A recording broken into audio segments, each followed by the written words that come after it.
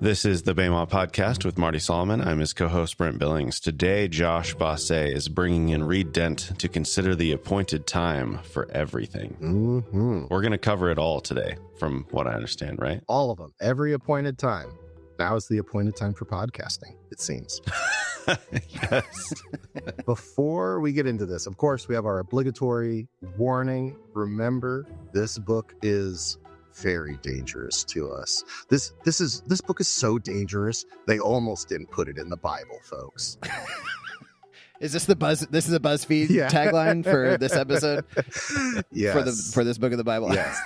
Elle told me a piece of trivia, which I always love bringing up. Apparently, there is a debate in the Mishnah about whether touching a scroll of Qohelet makes you unclean or something along those lines. So it was very controversial, both on the Jewish side and Christian side. You know, there's a lot of people are unsettled, and for good reason. This book is very challenging, but there are additional layers of contextual reality that make it challenging for us listening to it here. And the first is that as a book of philosophy, it can trick us into being too abstract. This is non-abstract philosophy. This is rooted in the material world. The concrete metaphors that are used are meant to be taken concretely. And so we can't get too abstract with it. And number two is that this book is very individualistic. It uses a radical individualist lens because Qohelet is not coming from a culture that is individualistic like ours. But that does not mean that she is individualistic the way that we are. Her individualism is radical in a context where she was ostensibly brought up in a more collectivistic communal culture. And so we have to understand that her individualism is more a lens of seeing things through just purely human eyes. The experience of a human may be detached from or in opposition to sometimes the communal identity or culture.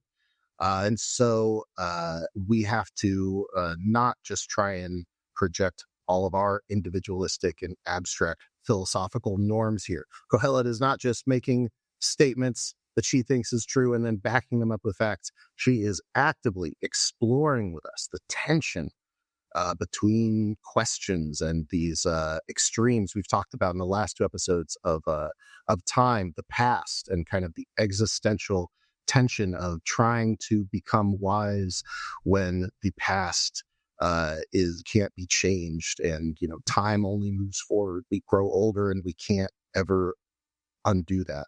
And then conversely, in the previous chapter, talking about the tension of the future and us trying to live wisely but not knowing what that will ever amount to, which is additionally and poetically potent when we consider the voice of Solomon that she is kind of literarily evoking, and the fact that his own legacy, as much wisdom as he had, as much wealth as he had, got off track immediately with his successor. All that being said, we are now ready to dive into probably the most famous, or at least the most quoted section of Qohelet. So with that, let's go ahead and read the very famous, A Time for Everything bit. But what I want to have the listeners think about is that we have there's a lot going on here. There are going to be basically 14 couplets, paired sayings, a time for this and a time for that. There's going to be a group of 7 of them total. So 7 lines with 14 couplets and 28 uses of the word time, a time for this, a time for that. And as we're reading them, feel free to think about, what do these actual images evoke? Like that's a lot of images to evoke in such a compact bit of text, a lot of repetition. So don't get lost in the repetition and just say, oh yeah, there's a time for everything. What is being said in these images? And with me throwing that out there, Brent, will you go ahead and read the dang text for us? There is a time for everything, and a season for every activity under the heavens. A time to be born and a time to die. A time to plant and a time to uproot. A time to kill and a time to heal. A time to tear down and a time to build. A time to weep and a time to laugh.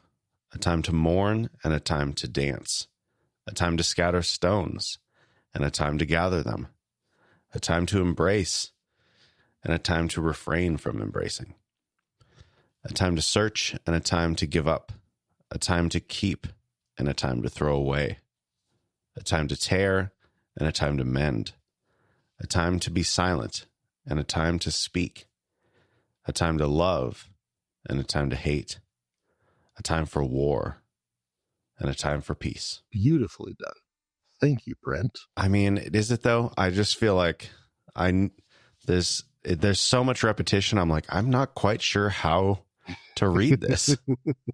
Yes. Like, is it supposed to feel that like samey? I mean, I guess it is, but well, yeah, there's a lot we could say about that. So yeah, it does feel very samey, and this is one of I think, kind of going back to my earlier warning, this can be the danger of Qohelet. There is so much repetition, not just, we have a lot of it very obviously here, but throughout the whole book. And it's easy to just hear like, oh yeah, the cynical voice, everything's meaningless, yada, yada, yada. But within that repetition, there's actually a lot going on.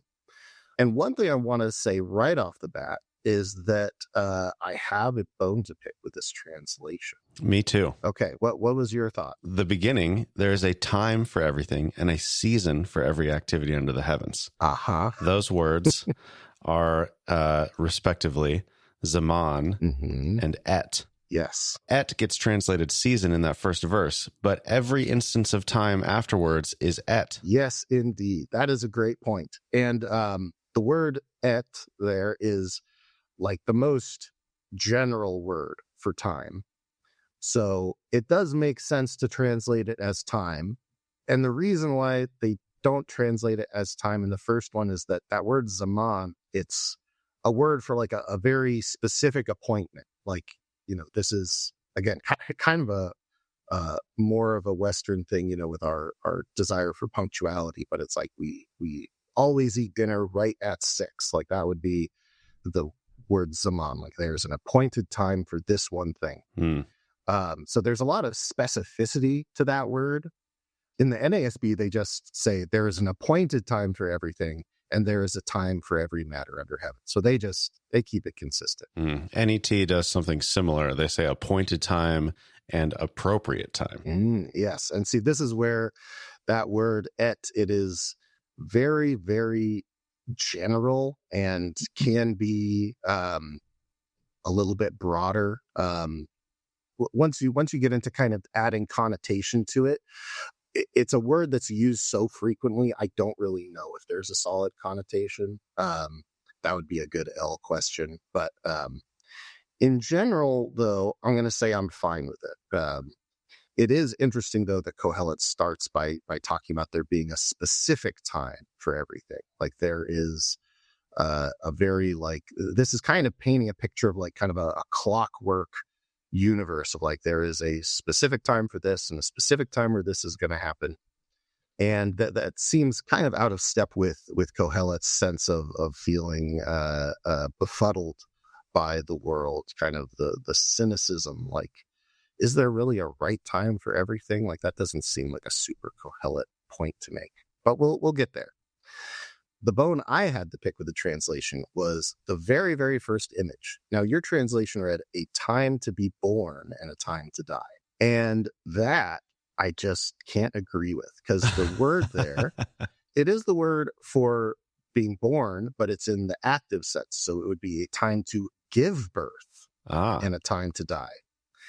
And now the listener might be saying, oh, okay, we're kind of picking this apart, aren't we? Aren't those kind of the same thing? But no, it's very different. Well, that's what we do here on the Bama podcast, though, so don't apologize for it.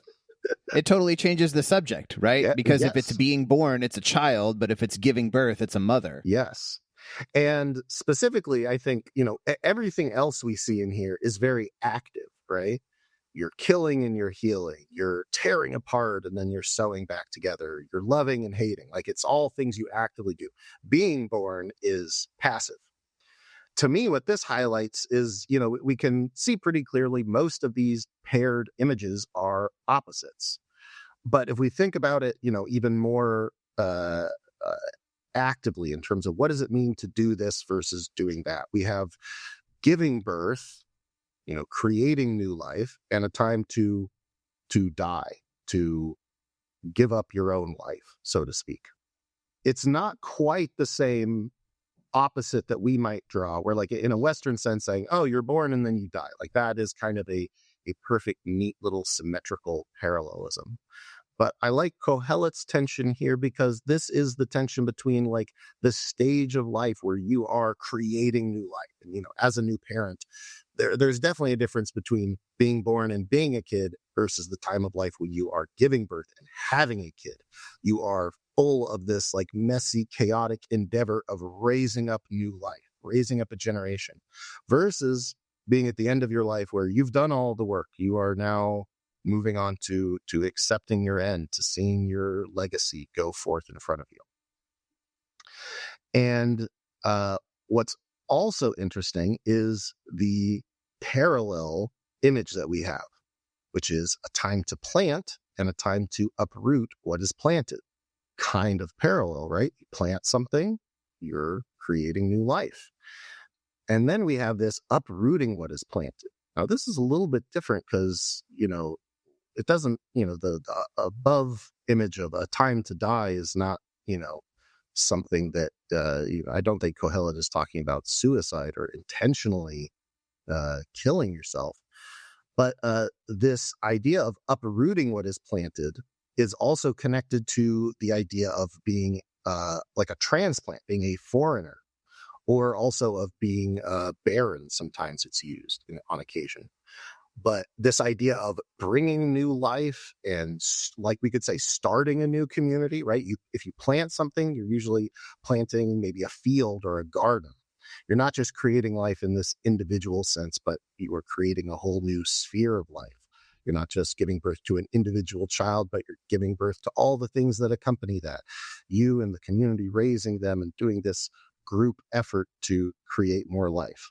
That image of, there's a time to start a new community, start a new project, go on to a new journey in life. And then there's a time to be uprooted from your context, to give up on a dream, maybe, to let something simply die. And that, to me, those images feel like I feel a lot more push and pull on my heart when I hear those images with that context. Kind of to your point, Brent, about them being a little bit samey. I want to tell you all, folks, there is a lot in these that I'm going to have to skip over. Primarily, there are a lot of remezim, a lot of references in the text that I think would be really cool to look into. There might even be patterns there that I am not seeing, but I would encourage you to do that on your own. Because it is simply fantastic. But one other thing I wanted to point out about this first image before we move on is that when we think about the image of giving birth and dying, where do we see that happen in the text? In fact, where might we see a bunch of collected... Are you thinking about like genealogies? Exactly. A genealogy. This person, and usually this is how biblical genealogies, or often how they're structured. Not just this was the time the person was born and the time they died, but this is the time they were born, this is the time they gave birth to the next generation, and this is the time they died.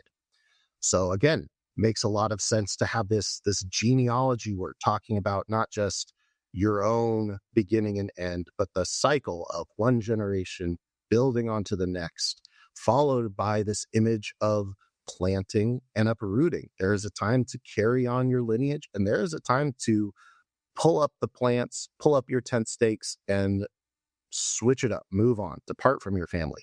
This is what God called Avraham to do, right? Leave your family behind, go do something new, settle someplace else. Sometimes we're called to do one thing, sometimes we're called to do another. And again, this isn't just talking about abstract times. Oh, it's time to do this. Oh, it's time to do that. This is saying sometimes you are in a season, a moment in history, a whatever unit of time we want to say, where God might call you to start doing the exact opposite kind of work. Maybe, you've been very much on the giving birth, the planting. You've been in childcare at church your whole life. And all of a sudden God says, all right, leave all that behind. Time to do something else. Time to go be a stranger in a strange land. Ooh, that has a lot more existential human tension than just saying, someday you gotta live, you gotta die. Yeah, that's how life goes. There's more to it than that. So that being said, I'm going to move through these images a little more quickly because there's just so dang many of them. There are a couple that we'll get to that I do actually find very intriguing in the couplet, like one line to the next. Okay, let's jump to those first. Yeah, so I see that in some cases it feels obvious, like how the coupling goes together, like the one that we just talked about. Even the next one, a time to kill, is paired with a time to tear down. A time to heal is paired with building. But then I'm curious about a time for, let's see, I'm looking at Robert Alter's translation where he renders it flinging stones and gathering stones in. And then that is paired with embracing and pulling away, or like, I guess, withdrawing. So yes, how does flinging stones and embracing go together? And how does gathering stones go with pulling back from a hug? All right. Yes, I'm glad we got into this. One is a little bit uncomfortable because, and actually I got this insight from Mr. Alter himself. Okay. Which is that in this case, throwing and gathering stones is euphemistic of how do I put this? A seed that you are okay. planting your seed, casting the stones, or you are refraining from doing that. You are embracing someone, or you are shunning that embrace and saying no. Oh. Yes. Okay. And, well, how about go ahead. No, please. Well, I'm going to ask about a different one. So if you have more to say about this one. So here, I'll just crack this wide open. So isn't it interesting that you just jumped to another one that had to do with what? Creating life and not creating life. So we might think, is there some kind of parallel here? Because they're not all about creating life and not creating life. We have ones about silence and about weeping and these things. So there is, I said before, there are 7 couplets. And wouldn't you know it, this follows kind of the Days of Creation style, where we have a chiasm in the ABC. So give birth and die with plants and uproot is number 1. And what you just talked about, the throwing and gathering stones, embracing and distancing, that is number 4. So we have 1, 2, 3, 1, 2, 3. So the one, the A part of this chiasm is about life, about creating life, and about moving on or letting life die out or uprooting it. It centers on that need to create life.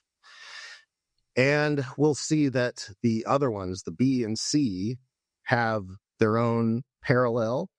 And what this leaves, kind of like with the creation story, leaving the Sabbath outside of that cycle, is the very last element of this one, loving and hating, war and peace, which we'll get back to. What was the other one that the next one that you had a question about? The next one was actually, I think it would be one of the C couplets. It would be the second one. So tearing and sewing. Yes. And then how does tearing and keeping silent and sewing and speaking, sewing in the sense of like a threads, like through a fabric. So this is an image of mourning. When you're mourning, you tear your clothes, right?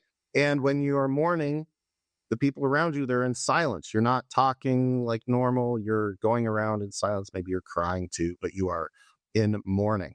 And then the opposite side of that, you go back and you sew your clothes up when you're saying, okay, it's time to get on with life. Now I can talk normally. I'm not going to just break down in tears all the time. Okay. I see where this is going. And if we go back, what is the second line or the third line? Sorry, the C line. We have weeping and laughing. We have mourning and dancing. So again, that repetition. There is this mournful aspect. And in fact, I have in my own kind of accounting of this chiasm, I have called this C parallel loss. Mm-hmm. Dealing with loss. We weep, and then eventually we can go back to laughter. We mourn, and then eventually we can dance. We tear, and then eventually we sew. We're silent, but eventually we speak. So this is like Shiva, right? Yes. Like keeping silent, and then there comes a period. After that period of time, you then open up and speak. Yep, exactly. And so this is, again, like not just saying, oh, there's a time to mourn and a time to not mourn. This is again, the tension of these images is like, how do you go from weeping back to laughing? How do you go from having torn these clothes and this, like, again, ancient times, you don't have like a million shirts that are 3 cents a piece. Like, you have like maybe just one tunic, and you've torn it. And so every day when you get up and put it on, that torn bit of cloth right over your heart is reminding you of this loss.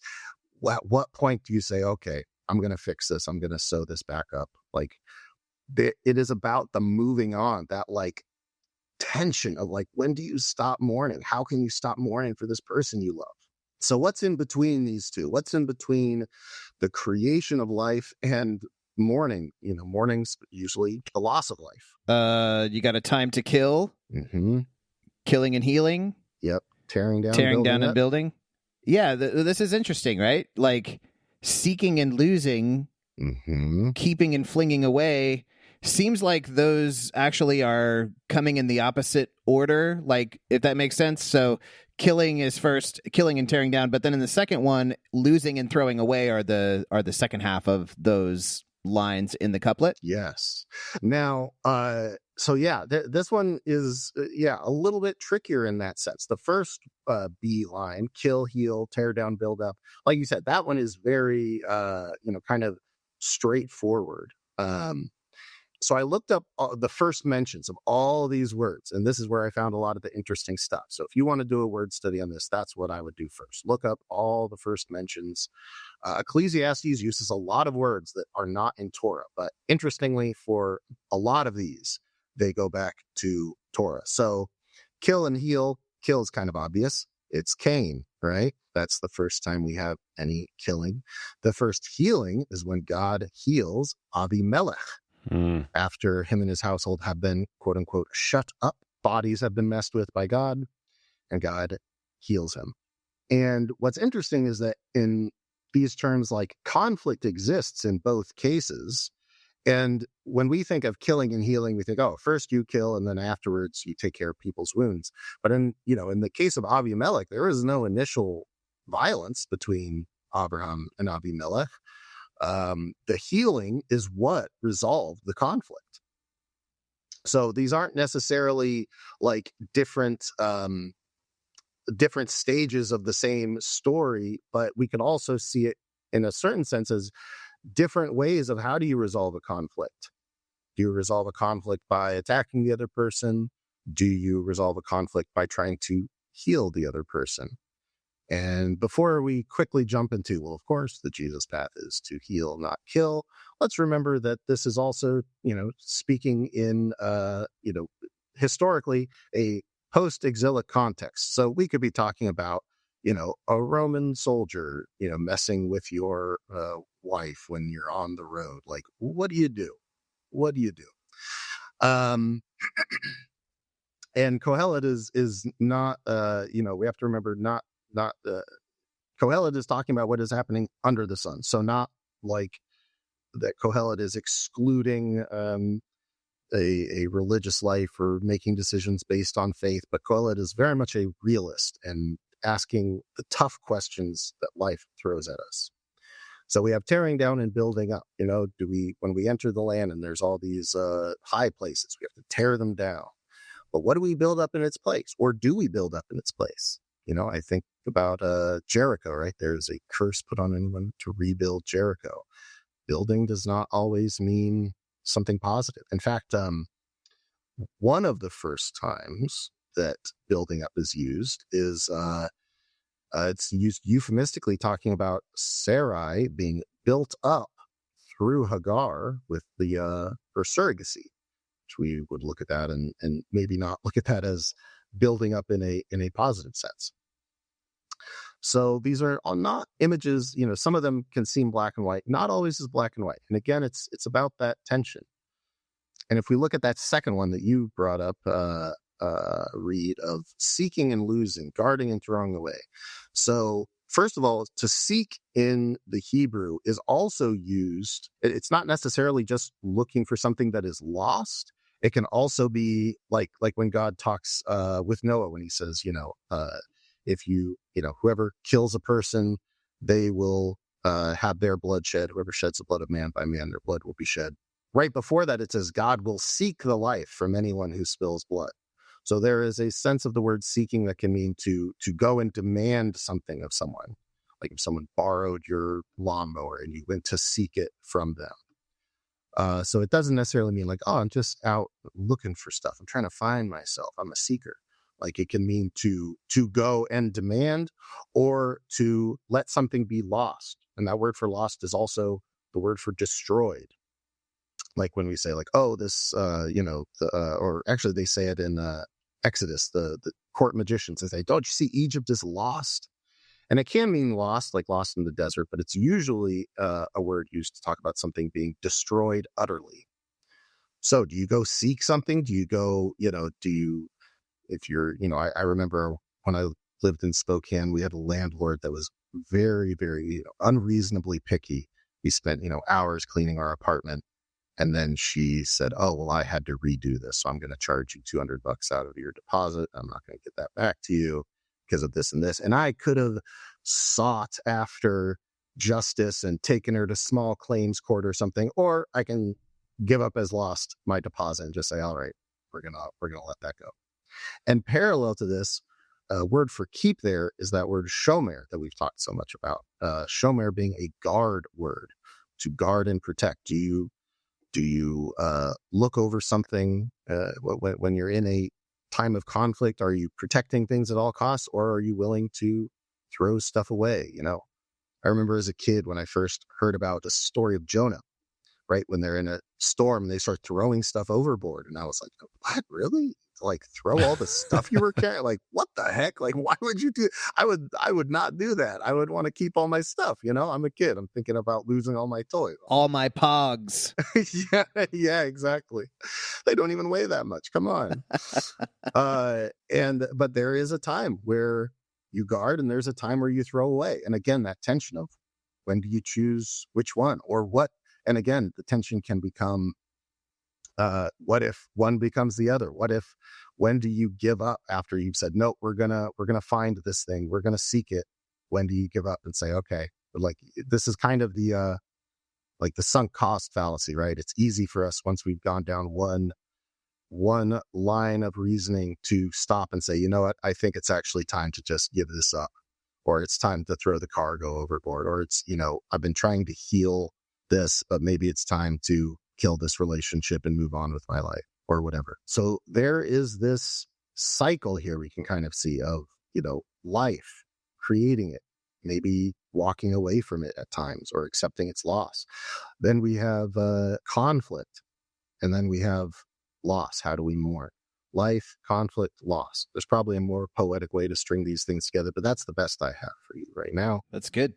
And then we get to the end. Love and hate, war and peace. Now, there is something very, very strange going on in this verse. Does anyone notice it? There's a big, big problem with our rhythm. They're flipped. Love corresponds to war. Hate corresponds to peace. Yes. What the heck is going on?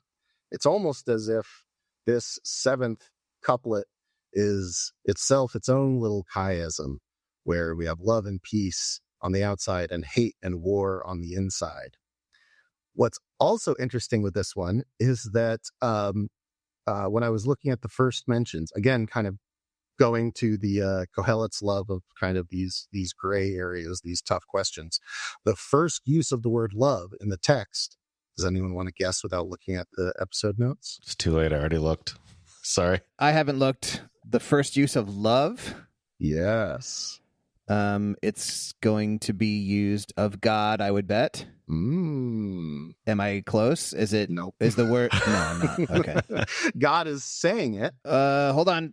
So it's Jacob I loved. No. Oh. Is that it's Okay. Take your son, your only son, whom you love. It's the Akeda. That's the one. It is the command to kill your own son. That's the first time love is used. Oh my goodness. Oh my goodness. And the first time hate is used, ironically, is in a positive context. When Laban and Bethuel and the rest of Rivka's family are blessing her, they say, may you inherit the gates of those who hate you. It's used as a blessing. How funny. The bigger question, though, to get us back to it is, why the flipped order here? Why war before peace? That's the real question. What shouts out to me from this as, first of all, we have, this is the last remez I'm going to do for this one. Actually, Brent, why don't you go to Exodus chapter 1 and then go down to verse 10. Come, we must deal shrewdly with them, or they will become even more numerous. And if war breaks out, we'll join our enemies, fight against us, and leave the country. Yes, and crucially, the word for enemies there, they will join our enemies. That word for enemies is those who hate us. Now, what's also funny is this verse is the first use of the word wisdom in Torah. Ooh. Let us deal wisely with them. Chachma. Very interesting. And this is, of course, the leadership of Mitzrayim, Egypt. This is Pharaoh speaking of the people of Israel dwelling in their midst, justifying the enslavement and genocide against the Hebrews. And right at the center of it, they might grow too big for us. And if there's war, they might join those who hate us.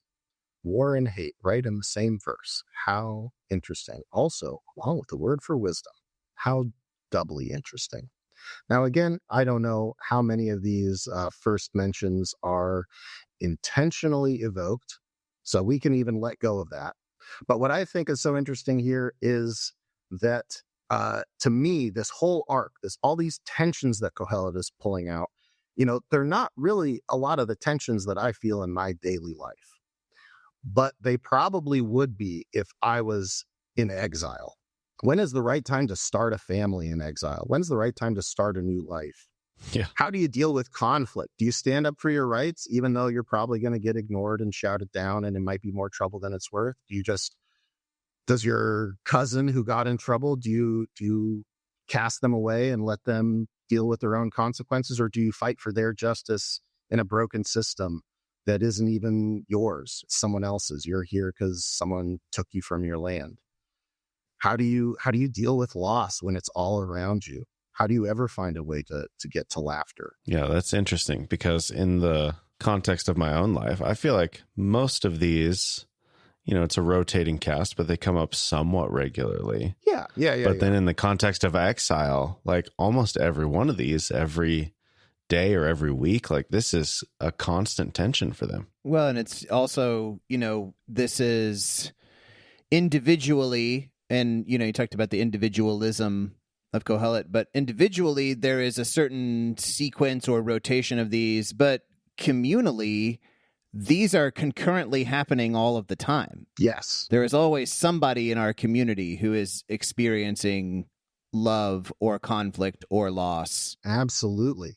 And this is honestly something that Qohelet will very much touch on later in terms of what, we in some senses, we have a choice of where we can find ourselves in these just by what part of our community we're present with. But what I want to suggest here is that what Qohelet puts between love and peace, love and shalom, like these are, not just trivial good things that we like these are cornerstones of our very faith. We say that God is love. We here at Bema, we say, we put shalom against empire. And what I love about this is that those are not allowed to be in this like harmonious parallel that we see throughout it. They are split apart, and in between them is this double portion of hate and war. I don't know if I can really pull out more of I think Qohelet is probably saying more here than I can fully grasp, but to me this is just a big sign that blinks, just like exile. There is all this hatred and war that kind of worms its way into the center of things, or at least that's what a lot of this is happening in opposition to or in response to. And the exile is precisely what makes all these questions and all these tensions even more tense, I guess, that makes these things almost contradictions that cannot be resolved. And, this is something we are not totally strangers to. Well, like you said, Brent, like these things do come up in our lives, and they are very big. They take up a lot of our heart, our attention. I detect a hint of hopefulness in the tension. Like you can, yes, they are being split apart by war and hate, but you can also look at it as they are the beginning and the end. Like they are the enveloping, they are the shell that surrounds like this other thing that goes on. And so, if it was love and hate, a time for peace and war has the final word there, yes. in these lines of poetry, to me, that's a different, I walk away feeling different from that than I do if, and notably, like it's conspicuous the way that these are flipped in order, I think, for me at least, drawing attention to shalom is the final thing. That's where this ends. Love and then shalom. They swallow it all up. Absolutely. But I'm going to tell you this, when it comes to Qohelet, we are going to have to fight tooth and nail to get to the hopeful part, because she does not let things slide too easily into the comfort realm. It's true. And this is where I brought this up a couple times. But I think that there is, the way in which Qohelet is philosophy is pretty obvious, but there is just a thread in Qohelet, in the provocative nature of Qohelet, that feels very prophetic, very like there is a provocation existing in the middle of this. We are supposed to wrestle with this, but also it's very it's not going to be easy. And what's also interesting is going back to the beginning with our conversation about time, which, especially given the last two episodes, we have this exploration of the past and this exploration of the future. And now it feels like not separate from those, and maybe even because of those tensions of not knowing what the future will bring, not being able to change the past, all of these feel very much the tension of being in the center, the tension of being pulled between the past and the future, especially in exile, right? You can't change the fact that you're in exile. You're there because of all the history leading up to that moment. And what's your future going to look like? Is your whole tribe going to be wiped out and not exist in 200 years? Or are you going to be back in the land in 200 years? Well, shoot, if you knew that, then you'd know what to do with your life, which again goes back to there's a time for everything. And the tension between all these, I feel like, underlines what like the tension for Qohelet of, but we don't know what those times are. I don't know whether the solution is to kill or heal right now. I don't know if I'm supposed to, like, is me moving on from weeping to laughter? Like, what happens if you move on too soon and you've got this festering grief that you've never quite, quenched in your heart? Or have you just lived your life forever dwelling on that grief and you wasted your youth because you didn't move on to laughing because you were scared of it? Like, there is no clear answer. And so even when it seems like, from our abstract Western view that Qohelet's just saying, yes, there's this perfect clockwork, heavenly calendar where everything happens at the right time. But as human beings, what the heck do we know about that? We're just in the middle, unsure of which one is right. And with this, I'd like you, Brent, to read, just go ahead and read the next couple of verses, 9 through 11. What do workers gain from their toil? I have seen the burden God has laid on the human race. He has made everything beautiful in its time. He has also set eternity in the human heart. Yet no one can fathom what God has done from beginning to end. Wow. First, we got to say literarily. Wow. Oh, gosh. Oh, my gosh. Yeah, this is one of my favorite lines in the scriptures. A little footnote there in the middle of that last part, too. Yeah. The question is, he has made everything beautiful in his time. He has also set eternity in the human heart so that no one can fathom what God has done from beginning to end. Yes, exactly. But before we dive into that beautiful little chunk, because that is, yes, we're going to spend a lot of time on that verse. And I mean, it's like you said, Reed, it's one of the most incredible verses in the Hebrew Bible. It's literally where I got the name for my ministry from. But let's go back. Let's go back to verse 9. We start with the perennial Qohelet question, which is, Ma Yitron. What is the Yitron? What is the benefit? What is the remnant? What is the leftover bit? What is that little... Is there, like, what else is there for humanity? Are we just at the mercy of these times that we aren't able to know in advance? We just have to put up with, oh, well, all right, now I have to mourn. I have to mourn because I lost this thing and I didn't think I was going to lose it. Okay. And diving into some of the, to put some of the Hebrew parts in there a little more clearly, what is the Yitron? What is the remnant? For your translation said worker, which is great. The word there is the word asa, to make, to form, to work. And it's, what is the benefit? What is the Yitron for the worker in their struggle? What are we getting out of this? Beyond just our daily bread, beyond just our paycheck, beyond just the plain fact of the matter. And like Qohelet said at the end of the last chapter, right? We can be present. We can enjoy the good things we have. We can appreciate them. That's not what Qohelet's talking about. Qohelet has already acknowledged this. Qohelet is asking a higher question. Is there something more? And if so, what is it? Follows this with, I have seen the task God has given the sons of man, humanity, to occupy themselves. That word for task there is the same as the word for affliction, an affliction with which we are afflicted. Then we break into this beautiful verse. Everything becoming beautiful in its time. Oh, I love that line. Everything is beautiful in its time. And God has also set eternity in their hearts, humanity's heart. What I love about this too is that, well, for one thing, it's brings us back to the previous sentences. If you just read verse 11 out of context, you get to that second sentence. You say, wait, who's there? We don't know. Just says he's made everything beautiful in its time. He has also set eternity in their heart. Who's they? That's why we need the other parts at the beginning. The workers, the people that are struggling through this present reality, stretched between a past they can't change and a future they can't know. And they're wondering if there's more to it. And Qohelet says, God has made everything beautiful in its time. And that speaks to that whole big passage, a time for this and a time for that.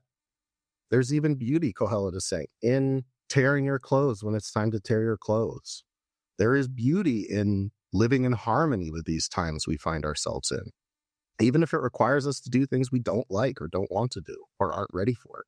There's still beauty in that. But also, God has set eternity in our heart. And in the Hebrew sense, this word eternity, it can also be translated as the universe or the world at different points.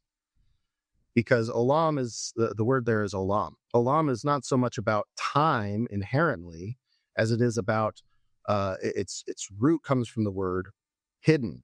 Because these things are so large that functionally speaking, they are hidden from us, whether it's the ancient past or the far off future, either side of the spectrum of time, any point on that line outside of our little blip, totally hidden from us. Same with the world. Even with all our modern technology, you still can't see all of it. I mean, maybe you can see all of it from space, but you can't walk all of it, you know? You could spend all your life and you probably couldn't see all of China, you know? Or all of Africa. Like, it's just, most of it is hidden from us. There's eternity in our heart, in the center of our minds, in the center of our desire to understand. And God put that there so that we can find out what God's doing from beginning to end. It's kind of I wonder if there's like a sense of wonder, and I think there's maybe also a sense of frustration. Yes. That, you know, what we've been talking about, like what you put so well just a little bit ago, Josh, about how, you know, there's a time for this and a time for that, and we don't necessarily know what is what, you know, even down here in our own little corner of the world. And so there is a sense of wonder at things that go well beyond that from beginning to end. God has set that, but there is also like there's there is a confounding nature to that, right? Exactly. And that God, and I think it's interesting because not every translation makes the causal connection so that, and yet it seems like maybe there is a causal connection, that there is something intended about a kind of ignorance, that God is the one who knows and we are the ones who do not know, and that is by design. Yes. What's also interesting is there are some parallelisms in the Hebrew here.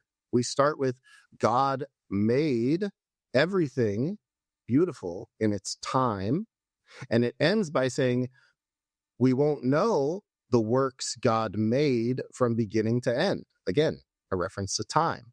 And right in between that, we have this phrase that we're trying to pick apart. God gave our heart eternity, but without us being able to actually see what God's doing. In a sense, like Qohelet might be saying here, and I'm going to say might because there's so many different ways we could take this phrase. I want to leave room for other interpretations. But it feels as if Qohelet is saying, like, God put this yearning for the eternal in us without letting us actually see it. We're looking toward it, but we don't have the eyes to actually take it all in. Again, you said it perfectly, Reed. A beautiful blend, a poignant blend of immense irritation and frustration and total awestruck wonder. Qohelet, if Qohelet was merely frustrated with all this stuff, she would probably just give up and move on with her life. But there is something compelling about this. There is something that yearns within us to grasp the whole, even though we can't. And God put it there. This is a reflection of what she just said, that this is a something we're afflicted with, almost like a punishment or a disease. Like there is this desire to know more, to understand God, to understand what God is up to, even though God is also the one that makes that totally hidden from us. On one level, we could say this seems contradictory, but it's a little more than that. I would call it a paradox. Why did God put this in our heart if we're not allowed to find out the answer? We are all very smart. We've been around the block. We know the story. We know the text. We could probably come up with some pretty good answers. But for the sake of letting this beautiful thing kind of just sit and be beautiful in its own little place, let's just move on and see what else Qohelet follows this up with. I know that there is nothing better for people than to be happy and to do good while they live, that each of them may eat and drink and find satisfaction in all their toil. This is the gift of God. I know that everything God does will endure forever. Nothing can be added to it and nothing taken from it. God does it so that people will fear him. Whatever is has already been, and what will be has been before, and God will call the past to account. Another weird juxtaposition of like something so beautiful and then just like, Mm-hmm. Yeah. I love that sound. That is a perfect encapsulation. Very good. Yeah, so we start, again, kind of with a reiteration. Like Qohelet's going back and saying, and I already know, I've already said, like, yep, this is the best thing. Just enjoy what you have. And acknowledges that this is the gift of God. The good things, they ultimately come from God. And while Qohelet doesn't always make God out to be the most benevolent, Qohelet is also saying, like, yeah, if God doesn't give you the opportunity to enjoy anything, then you don't have that. So if you do have the opportunity to enjoy it, gotta know that that's from God and enjoy it while you have it. And then we have this juxtaposition of enjoying the fleeting present moment with what God is doing lasting forever. And this casts our mind back even further, not just to the conclusion of the previous chapter, but all the way back to chapter 1. But this time, what's interesting is that instead of just talking about the earth lasting forever and there being this like unchanging creation that cycles around regardless of what we do on top of it, now Qohelet is kind of centering God. Like it's what God does that will remain forever. It's the gift of God in the present moment. God has so worked so that we fear him or are in awe of him, which might be more appropriate for this passage. And then we end with this strange statement about God. How is it your translation put it, Brent? God will call the past to account. Yeah, God will call, which isn't bad. The word there is to seek, which, as we talked about earlier in the big time poem, to seek can also be to demand or to bring something to account. And bringing the past to account. Is this verse 15 that we're talking about? Yeah. How does yours translate it?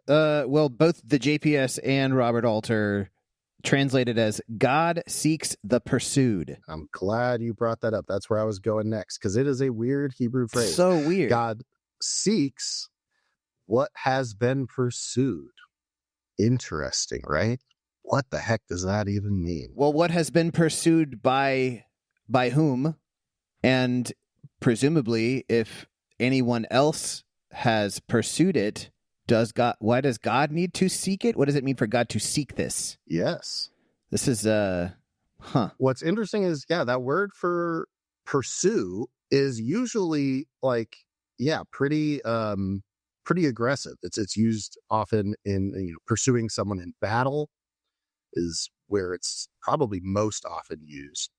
It can mean just to follow someone, but it really is generally we talked about this in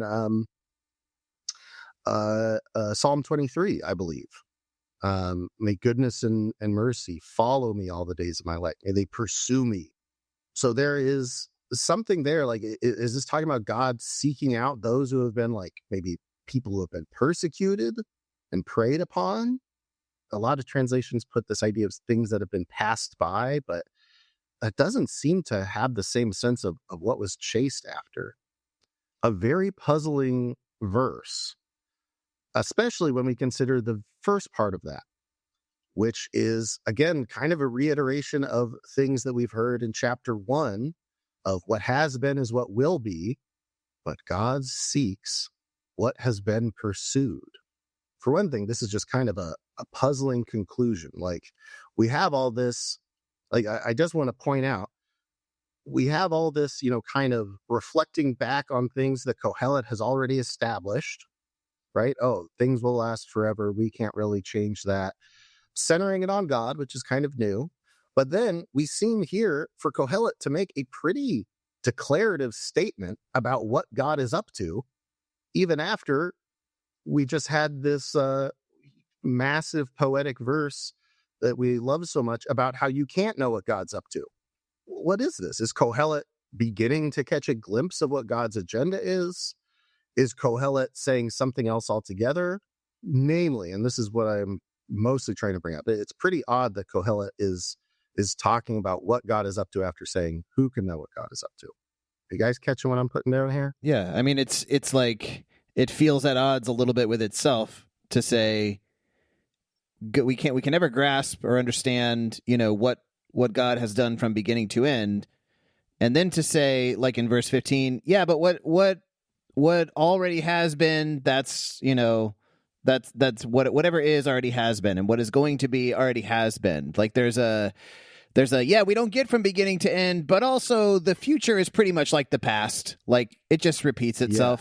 Yes. And this is where, a lot of some of those contradictions are alleviated when we think more in terms of the concrete and what has literally been said, because in terms of knowing what God has in store for us, and literally the words used from beginning to end is from the start of something to its accounting. There is this pretty strong statement that we are not able to discover what God is up to, maybe at least in a big picture sense.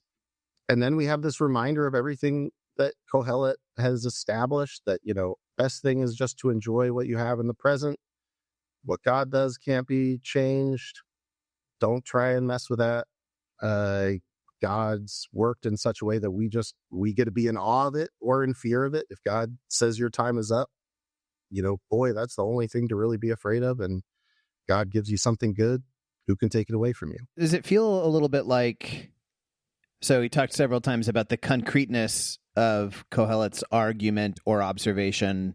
She's looking at things that are happening right around her, right? But then, as part of the confusion here, or the the trying to tie these pieces together in this passage, it feels like, I mean, that verse that we keep going back to about eternity in the heart that is ungraspable, it feels like it's starting to sort of transcend, you know, like that. Like we've just come off of a section of, you said, of like love and conflict and loss, and these are like universal, real human experiences that we can all point to in very concrete ways. And now that's like we're going somewhere else. Absolutely. And I think this is where we like, let's also notice that when the things start getting transcendent and abstract, the Hebrew gets really weird. And I think that is part of like those things go together, because yeah, absolutely, the abstraction, this transcendent idea of trying to understand like what is God doing in the world, like that's kind of stands in for what we might say more simply is, what's the purpose of life? You know, what is God doing here? What are we supposed to be doing here? And in this context, the struggle that we're going through, the times that we're in, the historical moment, like those are the things, the real concrete things that make us reflect on that bigger question, not as some philosophical curiosity, but as something urgent. Like, what am I actually doing here, God? Why am I suffering? Why are we in exile? Right? Those are the real questions that we have an urgency to. This is not just some, you know, academic pursuit. And I'm glad that we've kind of been circling around this, because I feel like this might, for the listener, draw out the some of the struggle that Qohelet is trying to put us through. I would like to add an additional couplet pair of my own making. This is not the word of the Lord. Yeah, this is what we're here for. The word of Brent is what we're here for. Let's go. A time for clarity and a time for confusion, a time to agree and a time to contradict. Oh, that's good. Ooh. How do I drop this microphone? Brent, drop your mic. You just did. That was... Yeah, heck yeah. Oh, man. That's really good. Absolutely. That's like that could be the slogan for the whole Bema project. Yeah. It's like trying to hold together clarity and confusion, agreement and contradiction. Heck yeah. That's sage-like, Brent. Well done. I mean, I'm just following in the footsteps of Paul. He's like, I've got this thing. It's this isn't from the Lord. This is from me. And God's like, yeah, you know what? Ship it. Ship it. We'll put it in the Bible and call it the Word of God. Oh, man. Okay. So I've put us all through this because I have a sense of an answer here. I don't know if it's the right answer, but I'm going to put it out there in terms of what it means for God to seek the pursued. I think what Qohelet is saying here is this kind of is the opposite of what we were talking about earlier, the abstraction, the eternity, the full awe of God. And isn't this such a smaller scene, God seeking what has been pursued? And I think what Qohelet is talking about is that all the messy loose ends of life, the people who, just end up being a statistic in a natural disaster, the little side plots of life that don't go anywhere, the narratives that don't resolve, all the threads that are left hanging that no one ever weaves into a greater whole. I think he's saying God chases down every one of those. God seeks every single one of those. There is no end to a story that God has not sought out. And I think this is really important because I had this feeling, at least, that this is an important inflection point because of where we're going to go next. That this kind of creates, rather than the awe of a God that is bigger than infinity, that defies even our biggest concepts, to turn and also show not just a more intimate face of God, but to emphasize like the urgency that God has in these little lost threads, these things that were chased down, the squirrel in your backyard that a hawk swooped down and unceremoniously killed and brought back to its young. Like, God checks in on how that story wrapped up too. That's what I think this is saying. I'm on board with that. It's interesting. It's like things are in progress, right? Mm-hmm. Life is in progress. Our understanding of the world around us is in progress, and we tend to, at some point, tire out, and we reach a limit, right? We can't go any further, either because we are frustrated, as we've mentioned here, is like kind of a sentiment that you can detect, or because we just literally die. And like there are, those thread lines though that somehow weave their way through our lives don't start and end with us. Yes. And it's like this reassurance, right? That God continues to seek what we have pursued, and where we came to a limit, God does not come to a limit, and God sees all things through down to their ultimate completion. Yes. Which, is something far. I mean, now we're getting into like the end, right? Beginning to end. And God seeks everything down to its end. And, this is like a good 2 a.m., up too late kind of conversation. Yes, absolutely. Right? Absolutely. But just the reassurance of like, God will seek this out. Mm-hmm. Which I suspect actually as a turning point into the next verse that you're about to get to. Yes. This becomes an important thing to hold on to, because, sorry, I'm not trying to steal your teaching here, but I think I see where you're kind of going with it, which is it's like uber important. This is like a linchpin. This is something we have to hang on to. Mm-hmm. And I also wanted to make, well, you all, but also the audience aware of what we're going to get into in the end part of this chapter. So as I mentioned, this chapter, we have this big, long poetic thing. Then we have this little paradox that Qohelet, this little paradox grenade that Qohelet throws in, and then kind of just reviews everything that's been talked about and makes kind of some interesting conclusions. And this is a pattern that repeats. Qohelet, as I've been studying through this, there will be 2 chapters that are like looking at tensions on 2 ends of a spectrum, the past and the future. And I won't spoil the other tensions that lie ahead of us. But then in the 3rd chapter, there is always a kind of synthesis. How do we tie these things together? Except instead of our style of synthesis where we're trying to create resolution, what happens for Qohelet is that out of that tension will come a new tension, a new question, a new dimension to the larger journey that she's on. That is what is about to be unveiled. And so with that, Brent, why don't you go ahead and read 16 to 22, the end of the chapter there. And I saw something else under the sun. In the place of judgment, wickedness was there. In the place of justice, wickedness was there. I said to myself, God will bring into judgment both the righteous and the wicked, for there will be a time for every activity, and a time to judge every deed. I also said to myself, as for humans, God tests them so that they may see that they are like the animals. Surely the fate of human beings is like that of the animals. The same fate awaits them both. As one dies, so dies the other. All have the same breath. Humans have no advantage over animals. Everything is meaningless. All go to the same place. All come from dust, and to dust all return. Who knows if the human spirit rises upward, and if the spirit of the animal goes down into the earth? So I saw that there is nothing better for a person than to enjoy their work, because that is their lot. For who can bring them to see what will happen after them? Quite a left turn here at the end, right?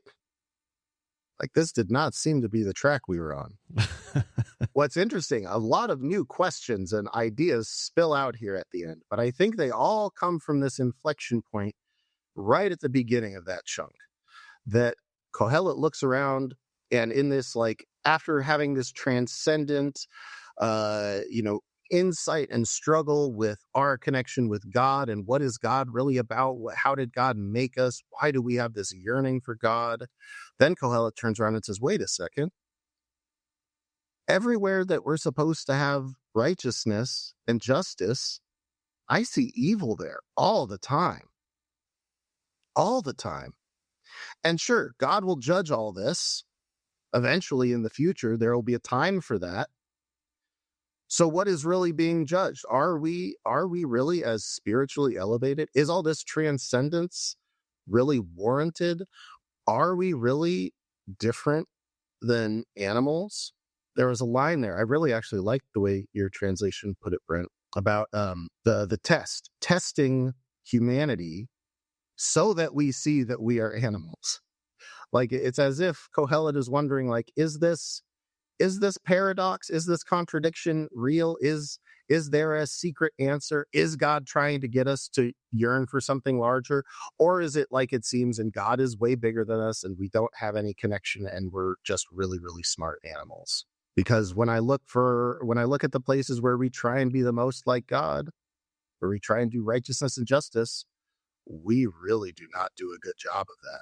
And then we get into all those deeper questions. Who has actually known? Who has da'ad, experienced that animals die and go down and we die and go up and get little angel wings and halos? Like, who can say that they have experienced that?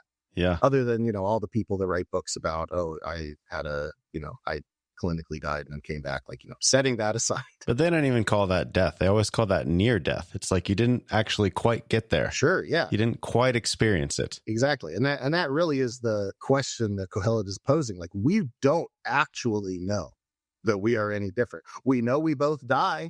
And when we think to ourselves, oh, I'm a higher being, I'm a divine, I'm made in the image of God, Qohelet's kind of saying, well, I don't know about that. We don't really do a good job of actually living by even our limited idea of God, let alone what God's actually like and actually doing. So on what basis do we say that we're different from animals? Oh my goodness. Qohelet is not pulling punches.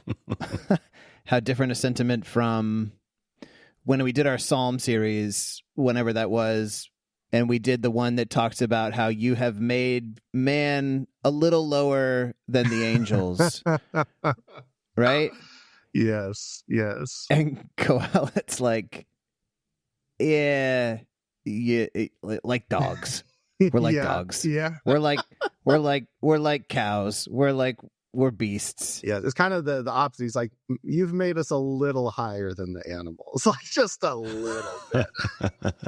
We're barely not animals. But that's the thing about, that's the thing about like the wisdom literature and what it is, I think, to become wise is to be able to hold all of these. And it's exactly what Qohelet is doing, is holding all of these different things like in tension or in contradiction, right? Yes. Like, did you ever see First Reformed? Oh yes, of course I have. So there's that scene where the guy who's concerned about the fate of the world with global warming is trying to figure out, like, he feels like he should never have a child, right? And the pastor is talking to him about his own experience having a child and how there was a tragedy and basically how it's unavoidable, but he talks about hope and grief, and he says wisdom is the ability to hold two contradictions in your mind at the same time and to be able to live between them, and I think it's like, so is man a little lower than the angels, or is man no different than the beasts? And the frustrating wisdom answer is yes. I love that. And in fact, I think that those lines probably are pulled a little bit from Qohelet, because Qohelet has some lines that are pretty much exactly along that. Later on, I think in chapter 7, talking about holding on to the one thing and reaching out and grasping the other without letting go.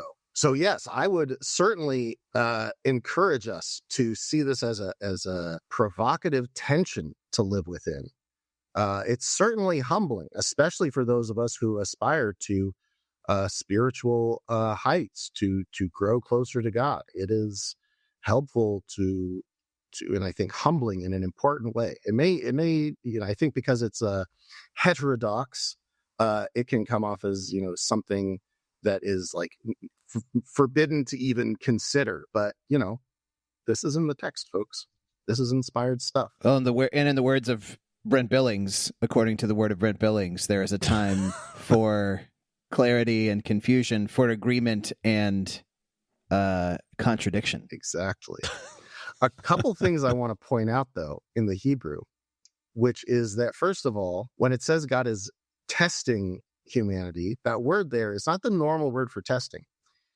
It comes from a root word barar, which means for something to be pure or like choice, like like pure silver, right? Pure silver, pure gold. And how interesting that it's almost like Qohelet is saying that the test, like this life, this tension that we're struggling through, will reveal what is more true about us. Are we actually made of this divine gold on the inside, or is it just a clump of dirt with a little bit of flecks of fool's gold on the outside? Like, which is it? Clearly, there's this mix. It looks, if you pull a hunk of gold out of the ground, it's going to look a little bit like gold, a little bit like dirt. That is also part of the tension here. Like, maybe this isn't even a concluded issue in Qohelet's mind. I don't think Qohelet is saying, nope, definitely humans are just animals. There is more to it, but that Qohelet, again, we'll come to see this later as Qohelet explores more deeply. It teaches us about wisdom. Wisdom does not grow from us taking the easiest, simplest solution. It's about, exactly as you said, Reed, and I love that, staying in that tension, living in that tension. So I would exhort everyone to take that away from this. And one other thing here is that Qohelet brings us back to the idea of yitron, of what is the extra? What do we have that's extra over animals? If we can't solve these big questions, if we can't understand it with the intelligence of our minds, and if our souls, as much as we can say that the soul exists concretely, if we can't actually turn that into real spiritual advancement, if we can't, become more like God in our lives, then what is the difference really? And not asking that from some atheist debate person trying to poke holes in faith, from someone who is asking these questions earnestly and seriously. What's also interesting here, as I said, this is bringing up a new dimension, this dimension of righteousness that, you can talk about wisdom all you want, but there is this bigger question of, right and wrong, that wisdom and trying to understand wisdom is making him say, where do we even get this sense of our identity as humans, that there is a higher way? And at the same time, even as we are moving into this new dimension, Qohelet ends by reminding us about the element of time. We can't know what will happen next. And that is really where all this stuff is tied up. These are heavy questions. And I hope everyone will stay in that tension. But I want to come back to something Reed said for the end of this, the little sprinkling of hope that the quasi-prophetic voice of Qohelet leaves for us. And it's kind of left dangling in a strange way. And that, I think, is the part we all loved so much, the paradox. God put a paradox in us. Why? Not clear. What are we supposed to do with it? What is God up to? Why is God chasing down this and that? How is God bringing justice and righteousness through us flawed people? I don't know, but there's a paradox there.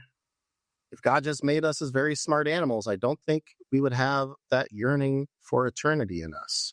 And maybe just that question, that lingering question in the midst of all this tension, is all the hope we need. That resonates. It's a provocation. The ignorance, I guess, is what we can call it. Not in a stupid sense, but just we don't know. Yes. Is meant to be, I think, a provocation to a life of faith rather than a reason to just give up, That's a great point. I am appreciating the prophetic, provocative nature of this animal thing. Yeah. Whereas you see Paul in Romans or whatever making this very patient argument, no, we have this tendency maybe, but we also have this indwelling of God. We are better than this. And he just makes this patient, careful argument about why we are not like the animals. Whereas Qohelet's like, no, there's wickedness there. You're supposed to have this like judgment and justice, and all I see is wickedness. So we're no better than the animals. And it's like this shocking, like, smack across the face. Like, don't think you're better than the animals. I've seen what's supposed to be there, and it's the opposite of that. So I'm appreciating that take on it. Oh, I love it. Yes. Making us make our own argument as to why we're better than animals. Absolutely. Oh man. I wish I could jump in with stuff because I am this study, this series, I had originally thought it was going to be a slam dunk because a long time ago I did a super in-depth study on Qohelet, came up with all this stuff, but it's been a while. So when I cracked it open and started looking around, there was so much more than I thought. All the remezim that I found, I did not know that was in there at all. And it's been very surprising in some very good ways. But where I'm at now in the book, in terms of putting the series together, a lot of what you just said, like, resonates so perfectly. And I wish I could just start gushing about that, but that would literally ruin a future episode. So, all right, well. I got to leave it there. But thank you both for these brilliant insights and words and appreciation that we are bringing to this text. It's doing my soul good. All right. A beautiful time together, as always. Love talking to you guys about this stuff. Folks can find more details about our show at BehemothDiscipleship.com. I wonder if there's anyone who's stumbled into our podcast at this moment in time and wondering what we're all about. Like, you can find all that on our website. You can use the website to get in touch with us on the contact page. You can check the news and events, everything that we have going on currently, no matter when you're listening to this episode. And of course, you can support our work. We live and die by the generosity of listeners like you. So thank you for that. And thank you for joining us on the BMO podcast this week. We'll talk to you again soon.